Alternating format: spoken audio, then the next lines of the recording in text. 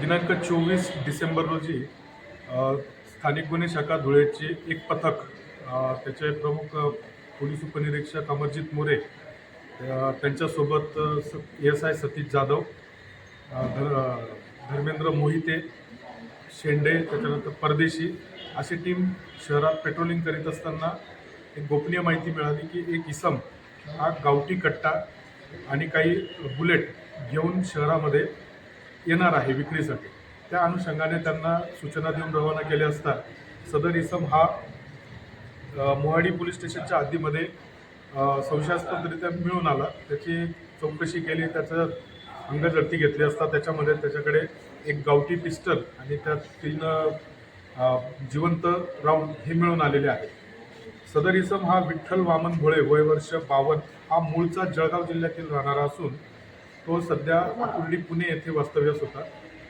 सदर इसमांवर यापूर्वी सुद्धा जवळपास 10 वेगवेगळ्या पोलीस स्टेशनला अतिशय सिरियस गुन्हे दाखल आहेत, ज्यामध्ये त्याने बाजारपेठ भुसावळ या पोलीस स्टेशनच्या एका गुन्ह्यामध्ये जवळपास 26 वर्ष त्याने शिक्षा भोगलेली होती.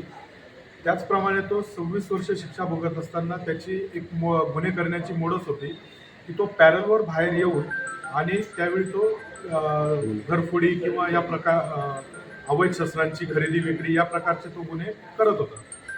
त्या अनुषंगाने आपण संबंधित पोलीस स्टेशनशी सुद्धा संपर्क केलेला आहे.